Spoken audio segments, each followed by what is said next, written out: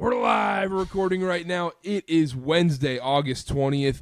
Dylan, it is officially week 0. We have football this Saturday. No more going out on strawberry picking. No more going on dates, oblos, lake days. No. Football's here. Football is Saturday, 12 o'clock Eastern. I'm finally in East Coast time. We've got Dublin. We've got Iowa State, Kansas State. Cannot wait for the game. We will preview that at the end of the show. Dylan, football is here. I think some people are getting so lost in the Iowa State, Kansas State, that's the one big game this week being week 0.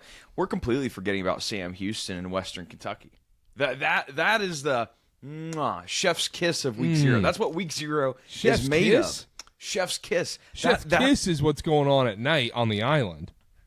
That's true. And can I be honest with you? This is our Group of 5 preview, loosely. I understand why we have to do the Power 4, right? It's like everybody talks about them. You have the big matchups, the big games. Like, it's important for us as a show to do that. I love Group of 5 college football on a Tuesday evening in the middle of the work week. Like, when you talk about passion for the sport of college football, I have it for Group of 5. And I understand we do have to do Power 4, but I love Group of 5 football so much. It's, for some reason, I think it's the best to bet on. Very excited for the season to start. Karter, how do you feel about week 0? Some people aren't a fan of week 0 because it's, you get like a tease or just a little taste of what's to come. You a fan of week 0? I love it. I have no problems with it. If my team, if BYU were playing a week 0, if they were playing like Kansas State week 0 in Dublin, I don't know how excited I would be. I'd be kind of nervous being like, I don't know how I feel about this, but if BYU is playing Portland State this Saturday instead of next Saturday, I would be so pumped. I would be like, let's freaking go. Let's watch some football. Week 0, let's go. I'm fine with it. I don't mind it at all. I love getting a little taste of it. You can't be greedy. If you're sitting here in July and you're like, I want football, you can't complain when week 0 comes around. We've had this exact discussion before. And I think having Iowa State, Kansas State this Saturday is the perfect game to debut. Some people might say, you want a bigger game, or some people might say, oh, no, I want smaller games. I don't want, a Power 4 conference game. I think it's perfect because I feel like college football casuals aren't super locked into a Big 12 matchup on a Saturday. They get lost in the SEC Big 10 sauce of it all on a big-time Saturday. I think Big 12 and ACC have to grab that week 0 game by the neck and take it every single year because you're getting that prime time spot. I think we're going to see in the coming years that the ACC and Big 12 are going to say, "Oh my gosh, look at the numbers and look how many people are watching us play on week 0 because we're the only show in town." Someone's going to try and come in and get that primetime night slot on week 0. What we need, here's how I envision this working, right? So the SEC and Big 10 needs to come claim apart, and then the Big 12 and the ACC needs to get jealous and move it forward a week, and then the Big 10 and SEC need to join them, and that just needs to keep happening until we have college football on the 4th of July. Just keep hop, skipping, and jumping each other and fighting for the spots until we have a team playing on 4th of July with fireworks in the background. I'm okay with the college football. I think any earlier than this, though, I think I'd be okay not having college football. You need a break from it. But it makes it better. That break doesn't... I agree. At the end of football season, I need a break from the show, being so locked in. But mentally, that break ends middle of July. By the time middle of July rolls around, I'm ready for football. But that middle of July to middle of August anticipation is what gets you even more excited for football. It gets you so... if college football started smack down July 20th, it would just be like you roll right into it and you don't even think twice. And I think that's... I wouldn't want that. But then I think... I like having a month off. A month off? If you want a month off, then... Oh, my gosh. Yeah, whatever. Okay. Yeah. Anyhow. let's do some news and notes real quick, and then we'll get into a bunch of stuff we have today. I'm sure if you clicked on the episode, you see what we got going on here. Notre Dame preview. We got some G-5 stuff. We're going to do college football playoff, Heisman's, and then week 0, we'll talk about the Iowa State-Kansas State game. But news and notes, Julian Sayin, quarterback 1, Ohio State, made the announcement. No surprise, to be honest. Some people are dishing out stuff, but if you watched anybody or found out anybody that was in the know of what was going on, it was always Sayin's job. When the news came out, I agree with you. It always felt like it was Sayin's job. Ryan Day so eloquently put in his press conference that we just want a guy that can complete passes, which is definitely something that you want to look for from your quarterback. When the announcement was made, a Texas defensive lineman shared the image or shared the news on his Instagram story, and I guess he's done that before. Do you like that or do you not like that? I like it. I love it. I like it As a lot. someone that will be rooting for Texas Labor Day weekend, I love that. Yeah, I was about to say, if it was, say if it was a wide receiver on Texas that's posting that, not as excited about it, but if you're a Texas linebacker or whatever, yeah, I love that.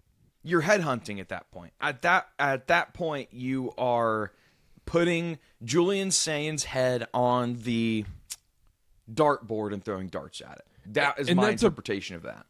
And that's a great storyline just going into that game where everybody's going to be watching that matchup, and Julian Sayin, there's more momentum.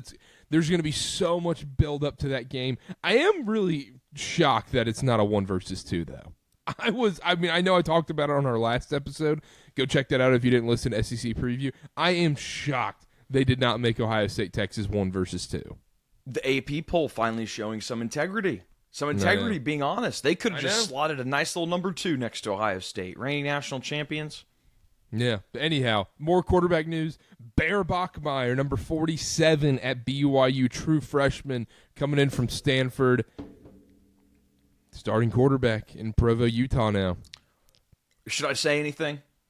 Oh, what were you going to say anything? Because I'm going to I don't know. I'm just saying I have BYU fans coming at me now on X, and we're not going to block them. I don't block anybody. I'm just saying I'm getting cut from stuff I say about BYU. We got BYU fans actually trashing the show. I don't know if you know. I saw their profile picture. I'm definitely going to say they. I don't know if you know them, but he said that the show's a joke. Yeah. Not the first so I don't know. I'm just saying, BYU fan. But Bear Bachmeier, what are we thinking? Is that a good thing? Is that what you were hoping for as a BYU fan? Oh, 100%. That's a good thing. And hearing from people inside the program and everything, it was very clear early on that it was going to be Bear's job. And so that makes me feel very good. But I'm always nervous starting a true freshman, though. I mean, we're all dealing with – you and I are both dealing with this right now, starting true freshman. We don't know. We don't know. Underwood's going to be the starter. We don't know. It might get Mikey Keene. We don't know. If not, Jaden Davis didn't play as a true freshman. Yeah, but Underwood's getting paid a lot more money. That's also a fair point. Now, as a BYU fan, you're starting a true freshman. I guess if you expected him to start the whole time, like you said, it probably doesn't change your expectations for the season much, does it?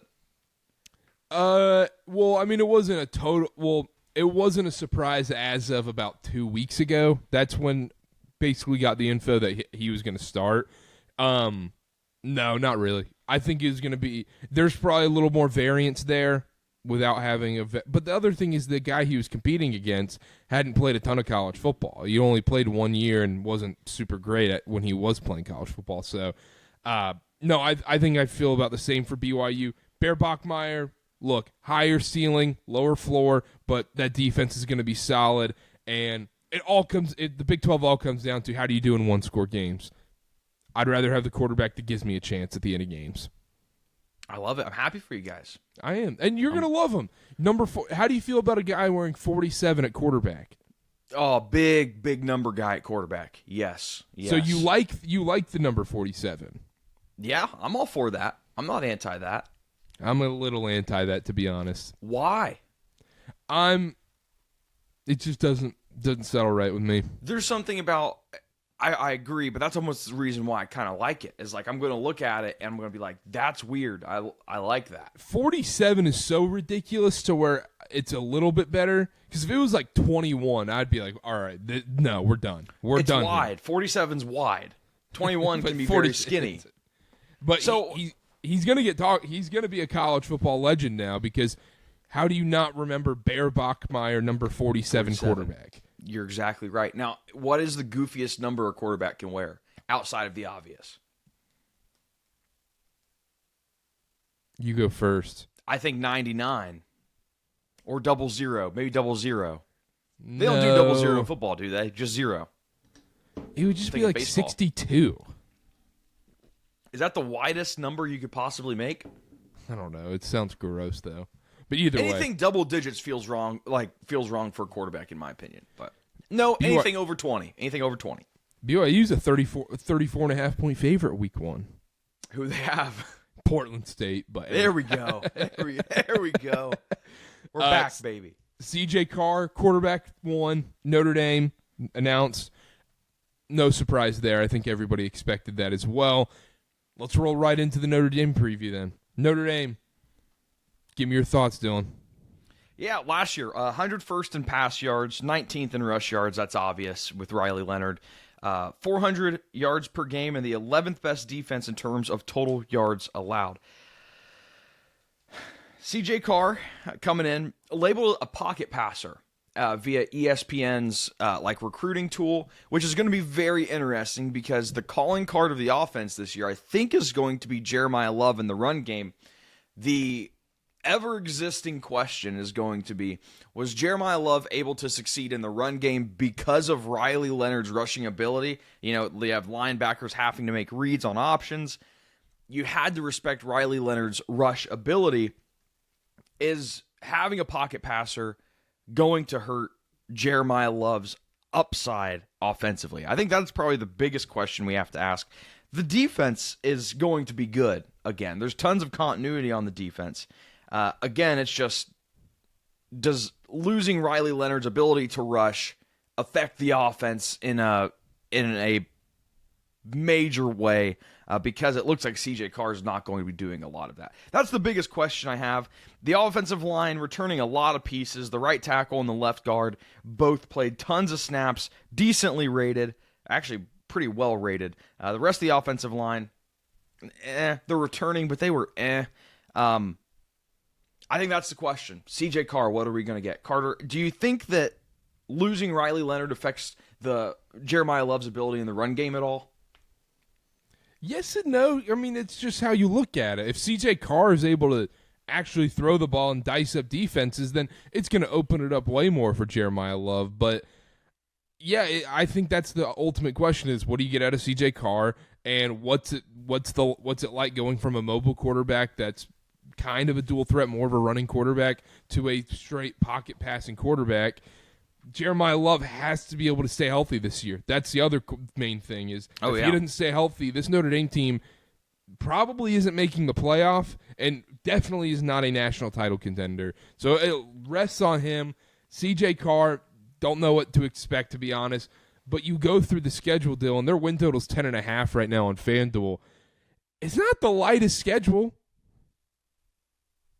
No, it's not. And this is exactly what I wrote down. There's a real chance through the first 5 games they're 3-2. That's not crazy. Miami and Texas A&M losses, and then you drop one. You won't drop one to Purdue. Arkansas, Taylor Green, sneaky, just kind of sneak up on you. And then Boise State, I think they're going to take a step back from last year. I don't think they're going to be as bad as everybody says they're going to be, but real good chance. I would see 3-2 is really possible. 2-3 in the cards as well, first 5 games. But then it kind of lightens up after that. Yeah, but even then, you're still going power 4. Like there's nonstop. The only I see legitimately like 3-4 guaranteed wins on the schedule. I think it's Purdue, Navy, Boston College, Stanford. Really? Syracuse? Steve Angeli revenge game? That's a great point. I don't know. I don't know if I only see that obviously, many I think they win that game, but like bona fide, no shot they lose those games. And I know everyone's going to make Northern Illinois jokes and say, "Oh, well, no game's a gimme for Notre Dame now." But look, those 4, you could throw Syracuse in there, fine, 5 games. They can't lose 2 is the issue for this win total. I would take the under on the win total, to be honest. I think there's a good chance they lose the first 2 games of the year. I think 10-2, 9-3 is right on the money, then it becomes a question of 10-2 Notre Dame gets in, no questions asked.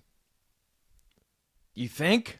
Yes, especially if you're comparing it to last year, 10-2 Notre Dame, especially if they win one of the Miami A&M games.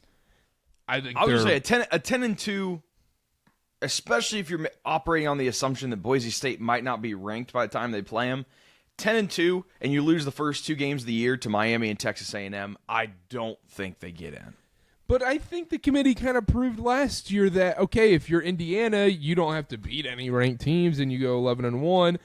You know, the loss. But that's the difference. That's the difference, sir. 11-1. But these are better teams they're playing against, because I think Indiana still gets in if they would have gone 10-2 with a loss against Penn State last year. Yeah, I would say so. I don't know. I don't know how. It's tough to view how they.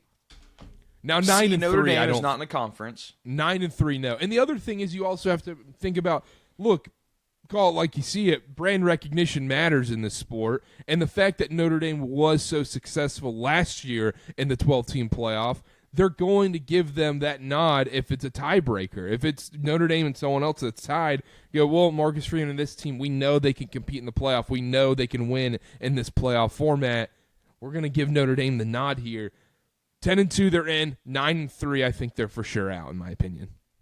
9-3, I think they're out, and we're having this conversation. I don't even think it's going to come down to it, because I do think they lose the first 2 weeks of the season, and then they just have to drop one more somewhere. I could see Boise. I could see at Arkansas. Pitt, maybe. Like, there are some tricky spots here. Boston College, even maybe.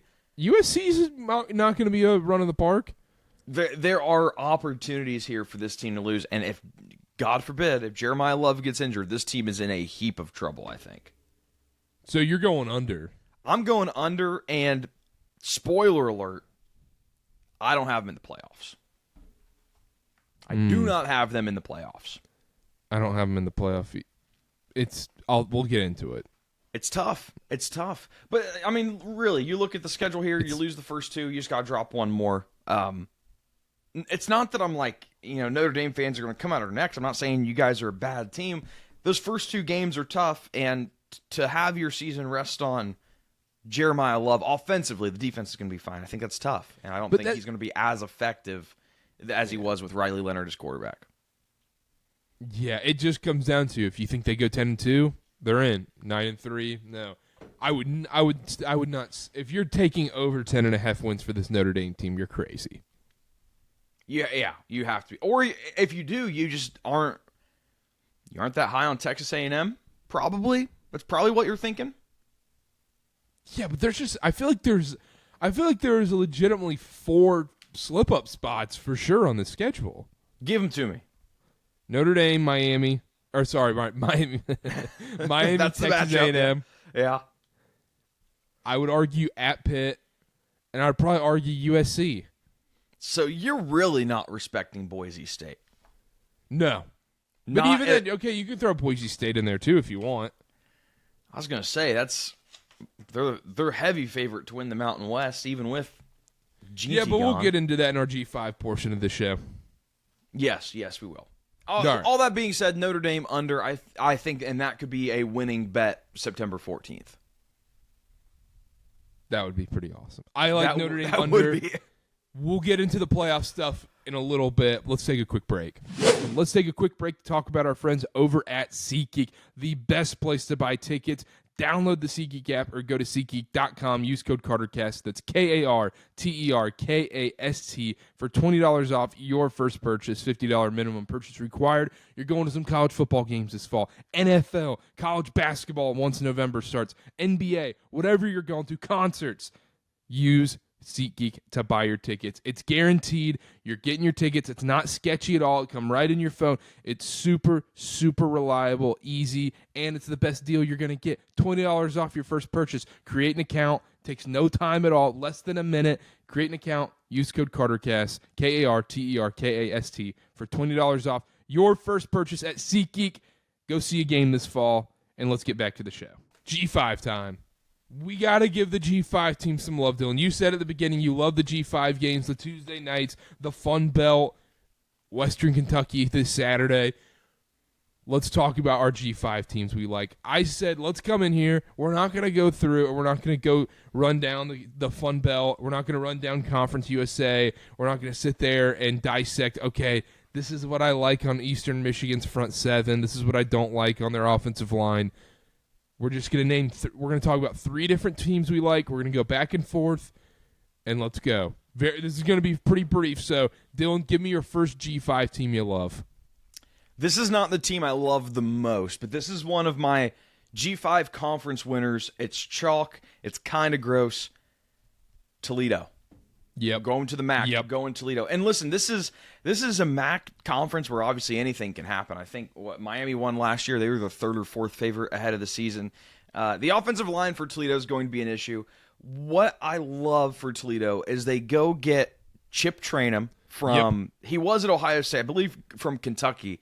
And this is a guy, we had this conversation over text, is like, do you want guys when you're doing this G5 preview, do you want guys that have played at a Power 4, formerly Power 5, and either had little production or poor production, or do you want guys that produced at the FCS level, Division II level, whatever?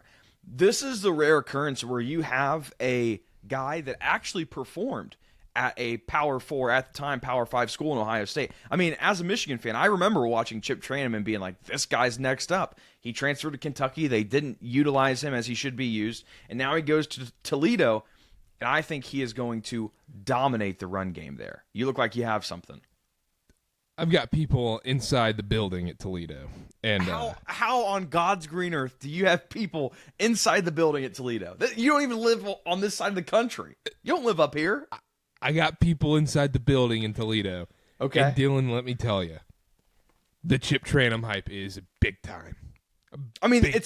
It's the rare occurrence where it's like this guy produced at Ohio State. He was a good running back, and he just didn't get an opportunity at Kentucky. You go back and he played. It's interesting. You bring up like the Power 5 to lower level, like what kind of transfers do you want and whatnot. But I feel like the running back position, especially if you have a guy that's at the Power 5 level. You went through the strength and conditioning of a Power 5 program, and now you're coming back down. I feel like running back is the ideal position you want from Power 5 down to mid-major. Yeah, exactly. And now I do have concerns about the offensive line here. I don't know how much that's going to affect the running game.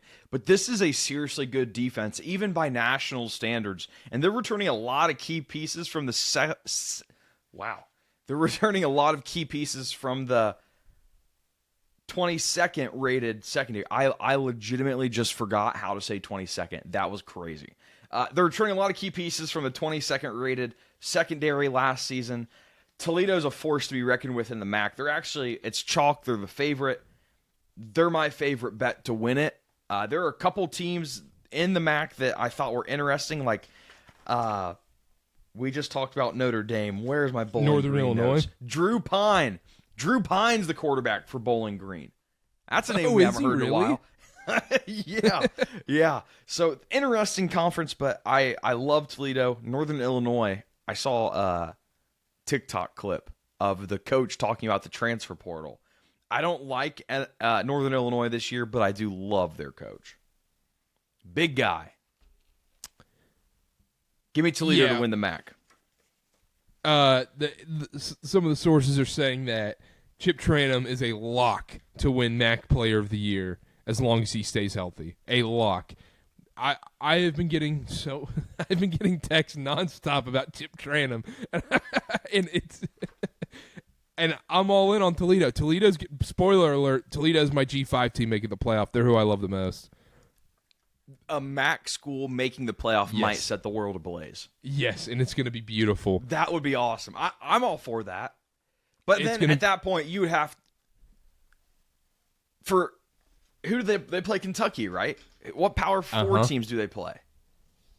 I mean, you would have to go undefeated and then hope that like a Mountain West team or someone, whoever the champion ends up being, screws up somewhere. Yeah, they're going to have to go undefeated, but their only Power 4 game, Power 5 game is technically Kentucky. They also play Washington State later in the year. I feel like even if you go undefeated, it'd be tough to be the top-rated conference champion. 12-0, 13-0 in the MAC, I think gets you in, because I think one of these. I'm going Toledo to make the college football playoff. I love it. I can get behind that. Plus 2,000 right now.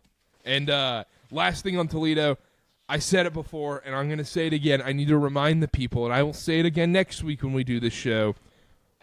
Toledo is beating Kentucky week 1. Plus 8.5, money line. Take whatever you can on it. Chip Tranum revenge game. Take it. Toledo is beating Kentucky. You did say that, and honestly, now that I think about it, I will probably take Toledo. I don't know if I'll take them to win, but I probably will take Toledo. We're a Toledo podcast from now on. Dylan, I will talk to the people of Toledo. Maybe we do a Karter cast live from Toledo on a MAC Tuesday night. I'm in. Toledo's what? 3-hour drive for me? I'm in. It will fly. I'll fly. Toledo Rockets, baby. Yeah. Hey, we're Team Rocket, baby. We're Team Rocket. All right. Other G5 team. Toledo is my G5 team as well. They were number 1 on my list. Should we just go to the next one I know we both love? Lead us, Karter. Lead us to the promised land, a.k.a. Las Vegas, baby. Las Vegas, baby. UNLV, the running Rebels. You know I'm an Anthony Calandria guy, but also your guy, Alex Orgy's there. I think both quarterbacks are going to play in most games in different packages. Let's not forget, Dan Mullen was the quarterback coach at Florida, and he is responsible for Tim Tebow. We often forget that, and I think we're going to see defensively they get a lot of transfers. I think there's a lot of question marks on defense, but on the offensive side of the ball, you have Calandria, who is great on deep passes, pretty much awful everywhere else, or at least he was at Virginia. You have Orgy, who couldn't throw the ball at Michigan, but he's almost definitely going to come in and run packages. They haven't announced a starting quarterback yet because I think we're going to see a balanced attack with both these guys. It's a very interesting situation. All of my faith is in Dan Mullen. Spoiler alert, this is my group of 5 team to get into the playoff. I think UNLV has a great season ahead of them. I think they win the Mountain West. All my trust is in Dan Mullen. This offense is going to be great. I think the defense just has to be decent enough. I love UNLV. I love them. I think they're like 18-1 to make the playoff, and they're my pick for the group of 5. I love it. If it wasn't going to be Toledo, it was going to be UNLV. Dan Mullen. This feels like the prototypical, look, Dan Mullen's going to go to UNLV. Maybe it's, even if they don't go to the playoff this year, I think they have a successful season. They have a winning season, and then the next year they take off and they're competing for the Mountain West, maybe winning the Mountain West, or they go to the playoff or something. And then Dan Mullen takes a big-time Power 4 job, whether it's at a Kentucky or it's in the ACC or Big 12. I think this is a perfect stepping stool for him. I think he's going to have a lot of success at UNLV, and I think they're going to be great in the Mountain West, and I think they're going to win the Mountain West as well. I love it. The Dan Mullen hire was out of this world. I didn't see it coming, but when they did it, I think it's going to be great. And he got a bad rap at Florida when he was head coach. Obviously, he had those Mississippi State teams that were pretty good. Coach Dak Prescott. Like I really think that it's going to be a Dan Mullen renaissance in Las Vegas. Very excited for it. If I need them to start Calandria, though. Why? I need a quarterback that can throw the ball. How do we know that Dan Mullen didn't teach Orgy how to throw the ball. I don't think anybody could have taught Orgy how to throw the ball. Oh, wait. What, Tim Tebow, his gripe or whatever, the whole time he was in the pros and even at Florida was like, he runs the ball. Like, what? That's what Dan Mullen's used to. You don't think Orgy's going to start because he's the better rusher? Calandria can still run. Well, not as well as Orgy. Yeah, but Orgy can't throw the ball as well as Calandria. Not even close. Fair. Touche. I do think we'll end up seeing, like, if you told me... So many Wildcat packages, and they're going to be changing them out. Orgy's going to be in on the red zone all the time, which I actually don't hate at all. If you just say, look, the second we're in goal line situations, it's Orgy's time. Yep. Is it crazy to say I could see Calandria and Orgy splitting snaps 80-20? No. That's 100% in the playbook here, and that's what's so exciting about UNLV. Love them this year. Do we want to go one more? I got one more group of 5 I can touch on. Yeah, go quick. This is not a team that has playoff aspirations. This is just a team that I was looking at the depth charts, and I was like, wow, this team could be pretty good and win their conference, and they are greater than 10-1 to win their conference. University of Texas. San Antonio. El Paso. Miners going to the Miners. Dylan loves Miners. I love it. I love the Miners. Please don't put that on a quote card. Great wide receiver core. You have a good running back, and the defensive transfers that are coming in. That was really an issue last year with UTEP. The transfers that are coming in, we talked about this, they were great, highly rated at smaller schools. So you have guys that have experience playing. They played well. Now they're taking a step up. They're coming into a group of 5 school, and these were guys that were playing at like Holy Cross, Incarnate Word, FCS schools. They're stepping up and playing for this Miners team, and I think they're going to be great. This is a team 16-1, 18-1 to win Conference USA wherever you look. Liberty's going to be tough. Vasco coming in at quarterback. There's a couple other teams that might give some issues, but I don't think Western Kentucky is going to be that good. Louisiana Tech, shout out Jay Wilkerson, my cousin, wide receiver. But UTEP can do it. I think UTEP could win this conference, and just looking at what they're going to have this year, really love what they're putting on the field. So that was my last group of 5 I wanted to touch on. I love it. I've got Tulane. I got John Summerall. Do you remember what happened this offseason with Summerall? Can you refresh my memory? So when Carolina was looking to hire their newest head coach, it was basically, if Belichick isn't willing to come here and we can't meet Belichick's demands, we're going to go get John Summerall. We're going to go to Tulane, go grab him, great program builder, great coach and everything. And he kind of freaked out online, and he kind of crashed out a little bit after not getting the Carolina job, and he was pissed about it because they chose Belichick over him. And look, at some point you got to be self-aware and realize, oh man, they chose the greatest football coach we've ever seen over me. Yeah, I think it checks out there. But clearly he's desperate for a big-time job. Clearly he's desperate to leave Tulane and go chase Power 4, big-time money, and go chase an actual chance at a national title. I think this is his big farewell season where he comes in, they go on a run in the American, and Jake Retzlaff at quarterback, shout out. They go on a big run in the American. I like their defense. So I saw some things online, people saying like Mensa, the quarterback at Duke, is more of a product of Summerall and their system rather than his actual talent. I don't know how much I necessarily believe that, but if you are in the belief of that, Summerall is going to make Jake Retzlaff work, and they could be competing for that last playoff spot as well, and then he could move on and take over a team like Kentucky next season. Because no matter what, I'm telling you right now, Kentucky is going to be looking for a new head coach next season. I know you're not very high on Kentucky, so that makes sense. So Tulane, plus 375 to win their conference, to win the American Conference. We have Navy, UTSA, Memphis, and Army, all less than 10-1. You think Tulane wins it? Give me Tulane. Give me Retzlaff at quarterback. All right. And now I'm curious, are there any group of 5 teams that are, I don't know, ranked, favorited, top of their conference that you think are going to be bad? I'm looking at maybe a Boise. Boise, the only thing is it just comes down to, okay, how good were they outside of Ashton Jeanty? I know they get a bunch of transfers in and all this stuff, yada, yada, yada.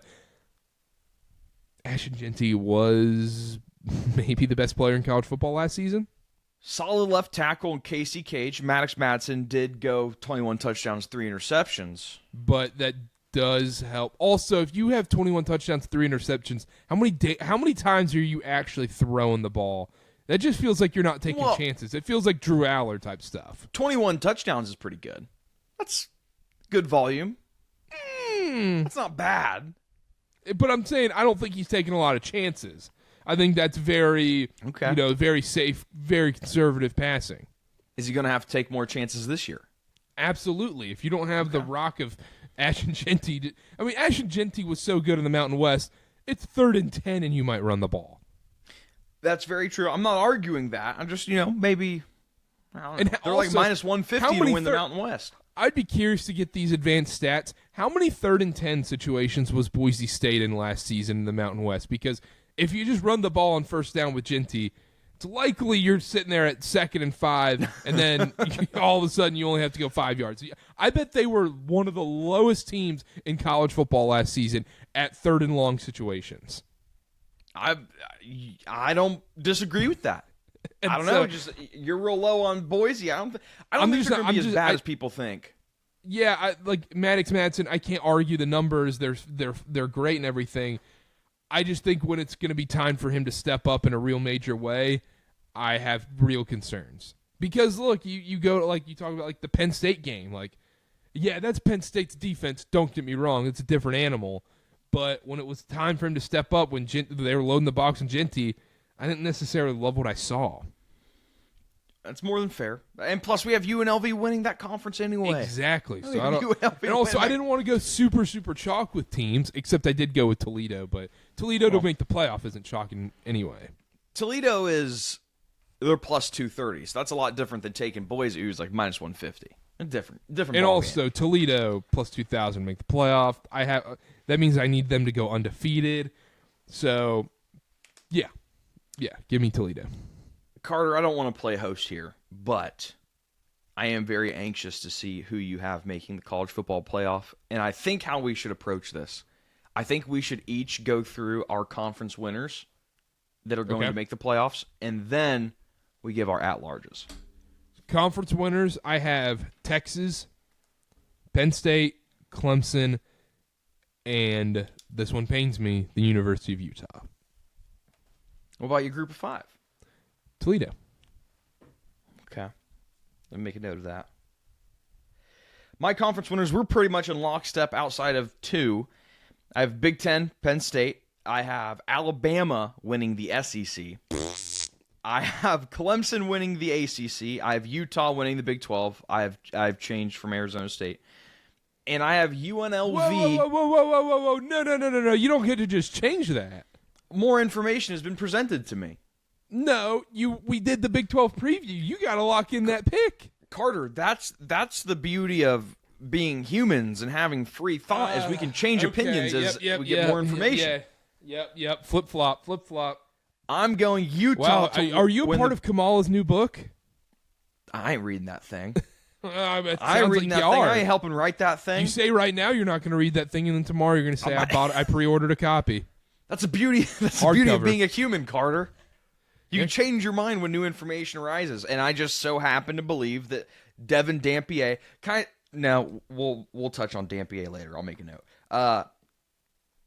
Utah winning the Big 12, and my group of 5 auto bid from the Mountain West Conference, Dan Mullins, University of Nevada, Las Vegas Running Rebels. That's who I have. I'm going to go through my at-large bids, okay? Okay. Should we just do the seeding, 1 through 12? I didn't seed them. Okay, I seeded them. Yeah, this is going to be awful for the comments. I get the seeding, but when you do the seeding, you have to. Yeah. So how many at-larges are there that you have? You have your 4 winners, then you have the G-5. So you have 7. I have five winners and 7 at-larges. Okay, give it to me. Okay, I already gave the winners. Okay, we'll start with the obvious, Texas. I think Texas A&M gets in there. Okay. I think Miami gets in there. Okay, this is where we get a little dicey. Last year we had Indiana get in, right? Uh-huh. They were a good team, but that was purely schedule. Easy schedule, I think this year's Indiana is going to be the Missouri Tigers. It's them or Nebraska. Yeah. I think Missouri has a legitimate shot to make the playoffs. 11-1, very much in the cards. Love Missouri this year. We talked about it in the SEC preview. Go check it out. My second, Indiana. I'm going Michigan. I've talked myself into Michigan getting in the playoffs. Their toughest games are going to be Ohio State, Oklahoma. People are saying Nebraska, but I don't see the Nebraska hype. I'm going Michigan getting in the playoffs. And I have two more teams here. I'm going to the Big Ten again. I'm going Iowa. So no Oregon, no Ohio State, no Illinois, no USC. I have a section once I'm done. I have one more team to reveal that's my notable left out section. But Iowa, their toughest games are Iowa State, Indiana, Penn State at home, Oregon at home. I think they could beat Oregon at home if you want to be completely honest. Okay. And then my last team, you are going to be thrilled. I'm going with the Duke Blue Devils. Oh. I love this Duke Blue Devils team.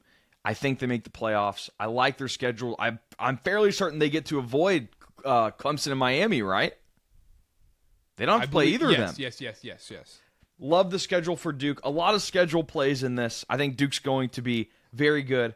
Those are my teams. So just real quick, I'll read off all 12 real quick. My 12 teams to make the playoffs are Penn State, Alabama, Clemson, Utah, UNLV, Missouri, Iowa, Duke, Texas, Texas A&M, Michigan, and Miami. Notable teams I've left out: Arizona State, Oregon, Kansas State, Iowa State, Ohio State, okay, and Arizona Georgia. State getting left out. You were all in on them, and they're this wonderful team, and they're amazing. Yada, blah, blah, blah. And all of a sudden, the Sun Devil, you're out on the Sun Devils? But can I offer a reason why? I don't think it's possible to, with the state of the Big 12, to get two Big 12 teams in. I think they're all just going to beat each other up.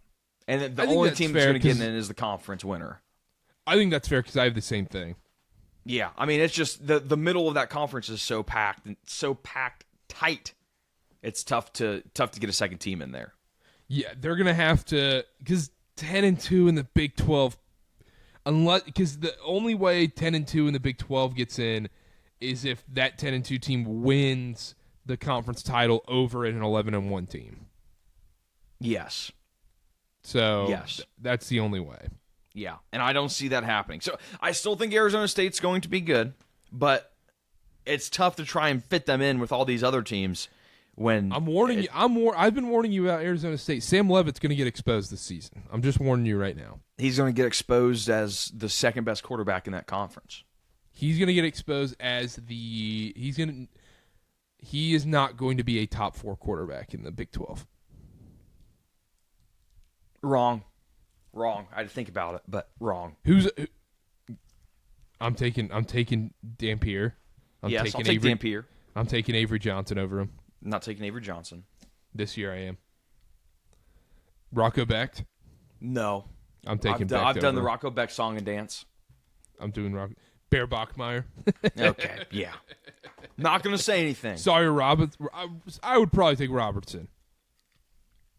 Hoover? I'm not. Furry? Furry. Certified furry.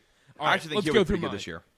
Let me repeat the group of five, or the automatic qualifiers. So I have Texas, Penn State, Clemson, Utah, and Toledo. So automatically in conference winners, G5 right there. I have Ohio State making it. I know. I have Alabama making it. Wow. Okay. Yeah, I don't like it. I didn't like it. I felt very bad about it, but I have Alabama in. This one I also felt bad about because I also felt they were overrated on the show, but I think there's a slight potential at 9-3 they get in. So I'm going off the seeding right now. I'm just naming the teams. Mm-hmm. So right now I've named 2 at-larges. Georgia. I mean, that's not crazy. It's a name. It's a name. So we're chalk right now. Let's get interesting now. Let's get interesting. Washington in the playoff. I remember you and Connor being high on Washington. We're in on Washington. Duke is making the playoff. You have Duke in the playoffs I too? have Duke in the playoff right here Wow. on my notes. Wow. I honestly did not think we would. I did not think you would have. We Duke. were both in on them in the ACC preview, and like you said on the schedule play, like Duke goes 10-2. I mean, all of a sudden you're sitting there thinking they're probably going to the playoff. So in this scenario, would it be? Duke would have to play in the ACC championship game, right? Yeah, well, I have Duke playing in the ACC championship game. So okay, yeah, that's fair. Oh, that So makes wait, it. Then how does Miami get in? Yeah, you have 3 in there. See, that's why I hate this playoff stuff. Is because I can't understand how. Oh, I hate it. Okay, so that's 5. Oh, I'm losing my mind here. So that's 5 I have right there, right? Mm-hmm. This is where I got. These are more chalky picks. I am in between 4 right now. I have the 2 I'm picking, but the 4 for the last 2 spots I have, the 4 I'm picking between are Notre Dame, LSU, Ole Miss. I have 5 actually. Michigan and A&M. Well, you know my picks. Notre Dame, no. I don't see. But I don't like LSU or Ole Miss either. You have A&M on the bubble? You were big anti-A&M when we were talking about No, them. I wasn't. Yeah, you were. Oh, you were No, I poo-pooing. was not. Someone had to just calm it down a little bit. No. You guys were talking about this A&M team like they're 11-1. It's like, let's remember who Texas A&M is. They are the NC State of the SEC. They are the epitome of no man's land mediocrity in the SEC. 8-4, 8-4, 8-4. This team has to win 10 games. I don't know if they're capable of doing that. I said they were going to go 8-4, 9-3, and all of a sudden everyone's like, "Oh, you're out on them."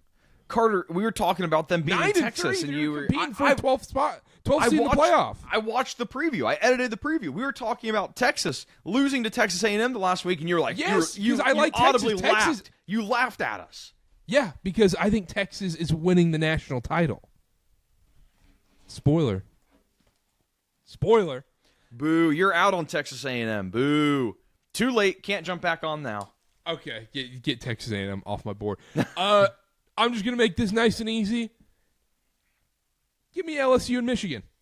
Wow, both have. So I think shockers. Both have Michigan. Both have Duke. Yeah. Duke was the crazy one. The fact Duke is we're gonna crazy. put out the graphic and we both have Duke in our bracket. I legitimately think it's possible though. I do too. Absolutely. It'll be good. All right, let's take a quick break, and then we'll do Week 0 preview and Heisman finalists, and we'll get out of here. Today's episode is brought to you by NordVPN, the MVP of online protection. Whether you're streaming late-night hoops, checking scores on sketchy Wi-Fi, or you're trying to dodge those creepy targeted ads, all of a sudden there's local friends in my area. Just kidding. NordVPN keeps your data locked down and your location off the radar. One click, and boom, you're securely browsing from anywhere in the world. No lag, no limits, just fast, private internet the way it should be. So if you want to stay safe while you scroll, stream, and surf the web, click the link below in our episode description. 77% off for 25 months for only $3 a month. Now, let me repeat that because that was a lot of numbers and words right there. 77% off right now using our link below for 25 months of NordVPN for only $3 a month. Protect your game at NordVPN. Use our link in the episode description below, and let's get back to the show. Heisman finalists, let's do it. I brought a top 5. What'd you bring? I brought top 5. That's the finalists, right? They go to New York, 5? It ranges year to year. Okay. Yeah, I got 5. All right. Give. You want to go 1-1, like back and forth, or just list your 5? I'll list my 5. I'll go. Right, I'll list my one guy, then reasoning, and then keep going. So I have 3 guys here that are chalk. It's very boring. Klubnik, Aller, and Nussmeier. Those are the three of the four favorites, right? Because I think Arch is first. Okay. Klubnik, the case is going to be that there's a ton of continuity on offense. He's improved every single year that he's been in college football. And just if that continues, I think there's a serious case that he is going to be the top quarterback. And, I think Clemson's going to win the conference. Normally, the Heisman is the best player on the best team. Normally. So I like Klubnik there. Drew Aller, I understand a lot of people have concerns about his ability to elevate Penn State's offense and put them on his back.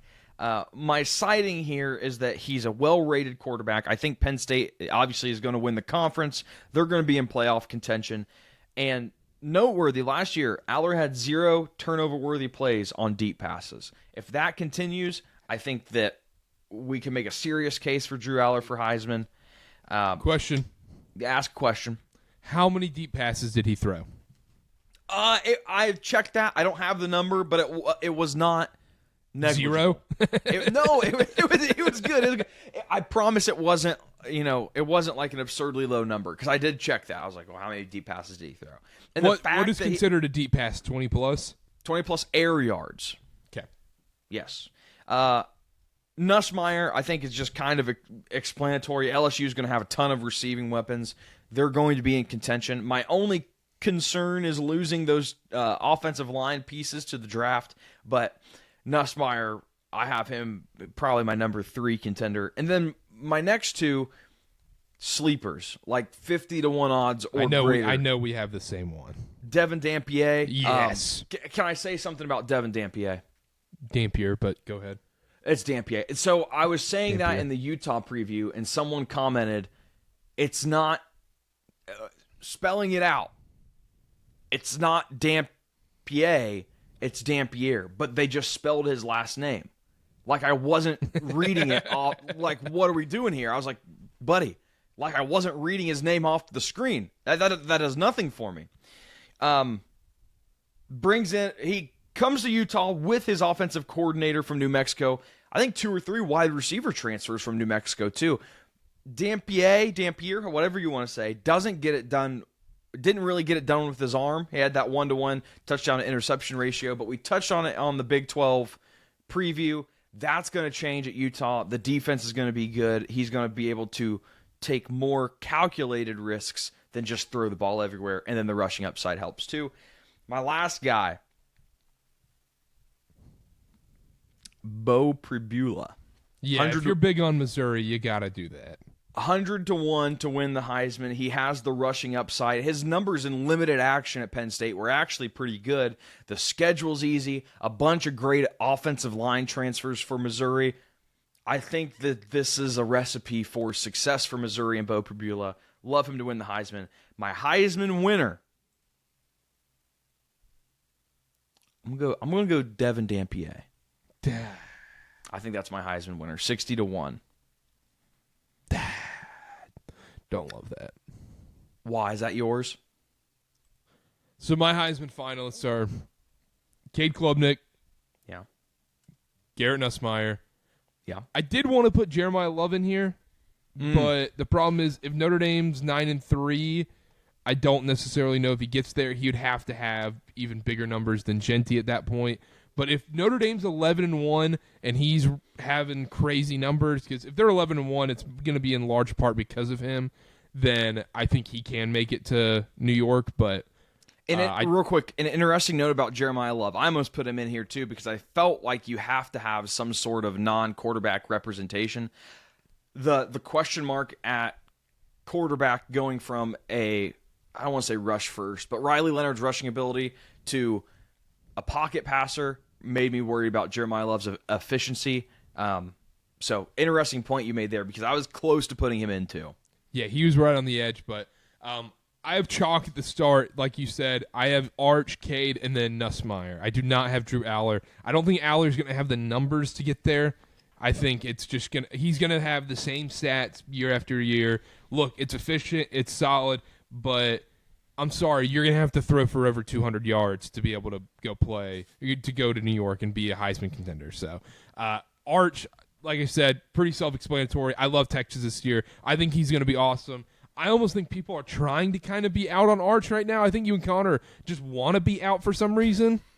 I don't know what it is, you guys, because I think you see all the love he's getting that people are doing, and then you guys are just like, okay, I'm just fading that, and I'm going to go Ty Simpson. You should have Ty Simpson here, by the way you think of Alabama. That's not true. I said Alabama has the best defense in college football. Yeah, true. So, you know what? I personally am nominating Alabama's defense for Heisman. I love Arch Manning. He's not. I don't have him winning it just because that's not fun. But if I had to take a chalk pick, it's going to be Arch Manning for me. Cade Klubnik, obvious reasons. You already touched on it. Also, the other reason, too, is he's playing in the ACC with by far the best team in the ACC. This kind of feels like an older Trevor Lawrence Clemson team. Not quite to that level, but it has the same feel a little bit, where I feel like they are just so much better than every other team in this conference. And it's going to be a cakewalk for him. Okay. And then Nussmeier, like you said, receivers, it's LSU's offense. He's going to throw for a bunch of yards. And then now you get to the other two. Devin Dampier, no question. The other thing is about him, at New Mexico, dude was running for his life every single play. I mean, and they were still putting up a lot of points in these games. Yeah, he was having to take a ton of risky throws. He was having to make plays left and right. Now he's going to be able to actually sit in the pocket and have time to process throws and have time to find receivers and have time to run out of the pocket. He's not going to be running for his life at Utah. He has an elite offensive line. He's going to be fantastic. Kyle Whittingham is the perfect coach to pair up with him. He brings his offensive coordinator, Jason Beck, with him. Dampier, I love him to win the Heisman, 60-1. Already bet it. All in. Now, you know I'm on the Devin Dampier train. I do have a question. You talk about him running for his life. I think that inevitably lowers his floor, but raises his ceiling. Are there any worries that being in a consistent system with a good defense and solid pieces around Dampier, that will affect the ceiling at all? No, because I think it erases the floor so much that then he can actually play. He can still be a gunslinger. He is going to be the most electric quarterback, I think, in college football this year. I would agree with that. And so with that, I think it's almost like the Cam Ward thing where, yeah, Cam Ward's coming from Washington State and Incarnate Word where it's kind of free-flowing and you have to make those plays and everything. He goes to Miami, and, yeah, the defense was atrocious, but he was still unbelievable there and was around better talent, and it made him better at that same time, too. So Dampier, he's my Heisman pick, 60-1. Absolutely love it. We're in lockstep a lot in this podcast. My other two, I had problems with this last spot as well. And it pains me. I have to get... No, F it. I'm just going to put who I want. I'm putting Darian Mensah. I'm putting Darian Mensah from Duke to go to New York. Because the thing is, if I believe this Duke team can make the playoff, and I'm predicting them to make the playoff, then I have to believe Mensah is that good. I understand Manny Diaz's defense are elite, and that's how they're going to win a lot of these games. But I think Mensah has to take them over the top. If Duke is sitting there at 10, 11 wins, I think Mensah could be in that conversation at that point. My other pick was Dwan Williams from Washington. Either one of those guys I'm putting in there as well as my fifth Heisman finalist. Interesting, neither of us had Jeremiah Smith or Ryan Williams. Yep. None of those made it for us. Yeah, I think at this point, you keep Jeremiah Smith out, I think teams are just going to double and triple team him and say, beat us with Ennis or Tate. Yep, I think so too. I think it's going to be... And also, other thing about... I don't trust Ryan Williams or Jeremiah Smith because we don't know who's throwing them the ball. We don't know what Sayan's going to be like. We don't know what Ty Simpson's going to be like. So it's very important. It could be totally different. So anyhow, all right, Heisman finalists. I had something else to bring. Oh, quickly, before we do Week 0 preview, we need to get this out right now. Give me your national championship game and national championship winner. National championship game, I'm going Penn State versus Alabama. I have Penn State winning it all. James Franklin getting over the hump. Over the hump. Hey, people, we had the same conversation about Jim Harbaugh 6 years ago. I've got Texas, Arch Manning. They're going to be playing against Clemson, and Cade Klubnik a rematch of the college Yeah. football playoff game of last year. Cade was dicing them up last year. Doesn't matter. I'm betting on Sark. I'm betting on Arch Manning. I'm betting on Sark not getting too cute in big games this year. I love this Texas defense. I love this Texas team. I know it's chalk. But, Dylan, let's not forget, who did I pick a couple years ago to win the national title? That's right. It was the Michigan Wolverines. I was a Michigan man. Who did I pick last year to win the national title? I think it was Ohio State. It was Ohio State. It's time to go 3 for 3. The Texas Longhorns. Hook 'em. Not happening. No. They're winning the title. But it's cute. Big orange guy. You know what's going to be? You know would be a fascinating national title game. Michigan, Ohio State. Any mix of Texas, LSU, Penn State. If any of those teams are playing each other, the amount of pressure that is on those coaches in that game to get over the hump at that spot. One of them is going to be a national champion over the hump. They don't have to answer that question anymore. The other one will kill their career. Kill? Not kill, but Taint. Taint's probably the better. Yeah. Big taint guy right there, Karter. Yeah, you're a big Taint. Yeah. That was awesome. that was awesome. Anyhow, week 0 preview. Quickly, Dylan. Week 0's here. Kansas State, Iowa State in Dublin. Kansas State minus 3.5. Over under 49.5. Rocco Becht versus Avery Johnson. Where are we going? Who are we taking in Dublin? This is we're gonna play the playbook here. This is right back to where we left off last year. I think at this point of the season, when we're looking at these games, even into week 1, honestly, probably until about week 3, until we get into October, we're kind of working off of transfers. We're working off of the preseason rankings that we ourselves have built, what we think of teams before the season starts. Both of these teams I'm not super high on in the context of the Big 12. We've talked about Kansas State. We've talked about Iowa State. I'll keep it short and sweet. You're going over to Ireland. If you don't know about teams, I'm just going to bank on them not clicking right away, and I'm going first quarter under 10.5 points. Oh. First quarter under 10.5 points. If I had to go with a side, as much as I hate to say it, I probably would go Kansas State. I'm not going to bet it. I'm going first quarter under 10.5 points. They're going to be a little sleepy, a little tired, heading over to the Irish jig, leprechauns and pots of gold and all that. So potato famine, big Irish thing. So I'm going under 10.5 first quarter points. Okay. I'll be quick here, too. I like Kansas State a lot in this game. I think Rocco Becht takes a big step back this year. I don't think we realize how good of a receiving core he had last year. I mean, you had Jalen Noel, Jaden Higgins. Yep. I think Rocco Becht takes a big step back. And I think Avery Johnson's a solid enough quarterback. In these first week 0 games, I want to bet on the team that can run the ball. I want to bet on teams that I know I'm not going to have to rely on them throwing the ball, putting it in the air. Kansas State's going to be able to run the ball. I know that for a stone cold fact. Can they throw the ball? I'm not 100% sure on that one, but I know they can run the ball, and I believe they're going to be able to run the ball better than Iowa State. Avery Johnson and Dylan Edwards are going to get it done on the ground in Ireland.